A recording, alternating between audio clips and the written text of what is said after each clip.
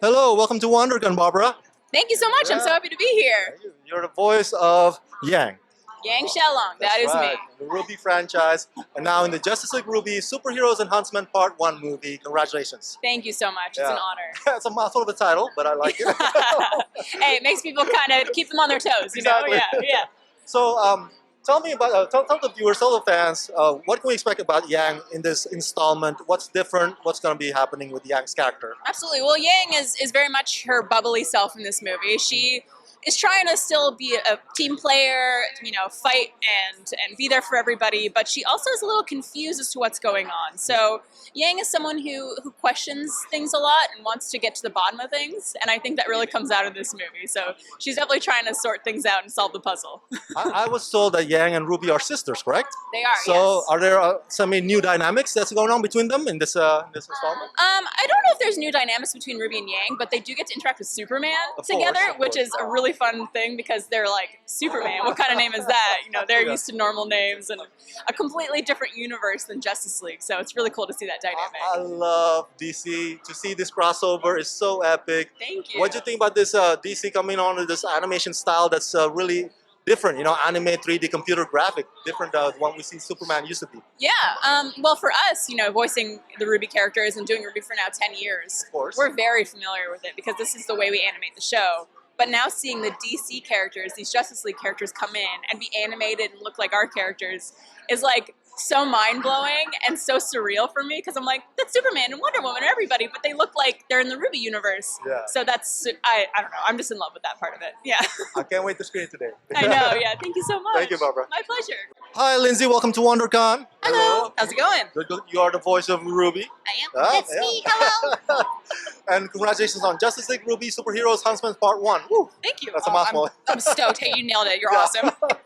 So, as a DC fan, I love to see this crossover. Talk a bit about what can the fans of RWBY expect from the character RWBY? What's new about her dynamic in this installment? Sure. So for anyone who's familiar with RWBY and the show RWBY, she's a source of positivity and inspiration for a lot of her friends and especially her teammates. Her main drive is just like, keep going, we'll figure it out.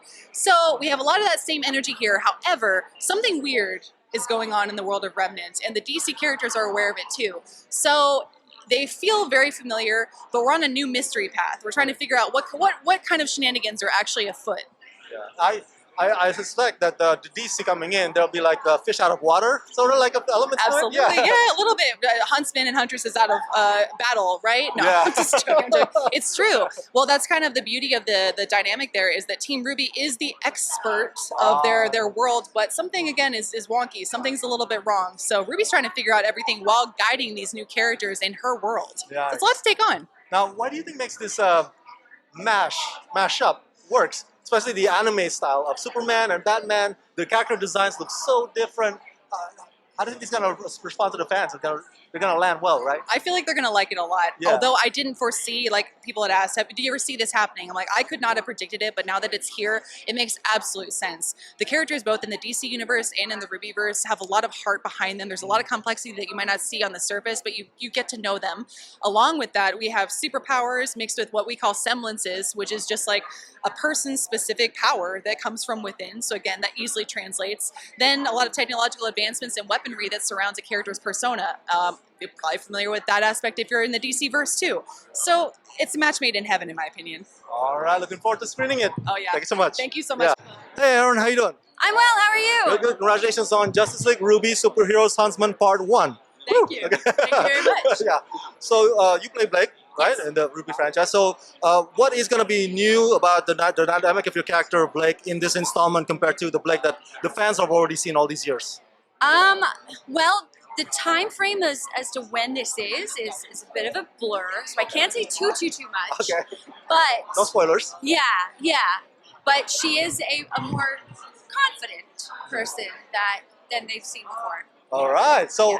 now Justice League is coming in. You know, these character designs are so anime style. Love it. They're teaming up. Is there going to be like rough patches in the beginning, or are they going to be like, okay, we're both heroes, we're both good. Yeah. Let's find the common goal. What's It's going to happen here? it's honestly kind of seamless, and I feel like that kind of speaks to how they work as heroes. That's why they're heroes. They're able to quickly change and like go with the flow, that kind of thing. So I mean, it's definitely a little confusing at first because the Justice League is just sort of like thrown into this universe, Yeah. and they don't know any of the rules, any of the lore, anything like that. So it's a bit of a trip for them in the beginning, but it definitely flows really well. Now, what do you think makes RWBY so beloved all these years? Like a decade, right? It's been 10 years, Oh my right? gosh, it's been 10 years. I'm so old. What I is don't the know. appeal? Like what fascinates the fans about it? Do you think? I think that there's a character for everybody. Everyone can see themselves in a character in the show. There's so much diversity and so many different backstories and so much trauma and things that people can really identify with. And I think that's why people are so drawn to it, because they can see themselves in this show. Nice. Final question. What's that? What's your advice for aspiring voice actor out there that wants to get into business, that don't want to be successful like you? Get an agent. Get any? Best advice ever. Thank you so much. No, thank you. Kara, welcome to WonderCon. Thank you so much. Congratulations on Justice League RWBY Superheroes Huntsman Part 1. That's a mouthful of a It title. is a bit of a mouthful, but hey, it's Love it. worth it. It's representative of all the things that are in the movie too. It's catchy. Yeah, I love it. Oh, Yeah. yeah. So, you voice Weiss. Now, what is new, unique about this Weiss in this latest installment compared to the Weiss that the RWBY fans have watched all these years? Well, I'd say right now in this particular movie, we go a little bit back in time in RWBY a little bit and go back to kind of when they were a bit younger, volume like 3, 4. So Weiss is younger and is a teenager in this movie, and it's really fun to go back to how and who Weiss was back then, because Weiss has been through so much and had such a character arc. But going back to, you know, the kind of innocent, sassy before she had been through everything and really like explored the world and become independent, it was super fun. I mean, I love playing, you know, I say sassy Weiss. Yeah. Sassy Weiss is fun. I saw the trailer, looking forward to screening the film. What are the reactions of the RWBY team to the Justice League coming in? I mean, did they have a crush on Superman or Batman or? I mean, fans will have to watch to see it. Kara personally has a crush on Superman and Batman, but as far as Weiss, I mean, they're younger, so. That's right.